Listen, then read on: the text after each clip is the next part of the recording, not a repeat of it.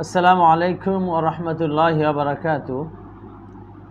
ট্রেনের টিকিট না কেটে চেকারকে টাকা দিয়ে ভ্রমণ করার বিধান কি? অনেক সময় দেখা যায় অনেকে ইচ্ছা করে টিকিট কাটে না, পরবর্তীতে চেকারকে লামসাম কিছু টাকা দিয়ে সে ভ্রমণ করতে থাকে এবং চেকারও লামসাম যে টাকা নেয় এর বিপরীতে কোনো টিকিট দেয় না। এভাবে ভ্রমণ করা বৈধ হবে কিনা?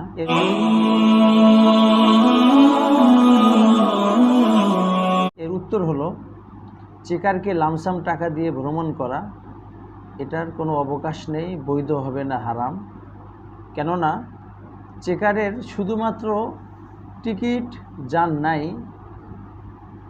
তাকে নতুনভাবে টিকিট কেটে দেওয়া অথবা সরকারিভাবে তাকে অন্য কোনো দায়িত্ব দিলে সেটা পালন করার অনুমতি আছে। এছাড়া লামসাম টাকা নিয়ে কাউকে ভ্রমণ করানোর ক্ষমতা সরকার চেকারকে দেয় নাই। তাই চেকারকে লামসাম টাকা দিয়ে ভ্রমণ করা এটা সম্পূর্ণ হারাম।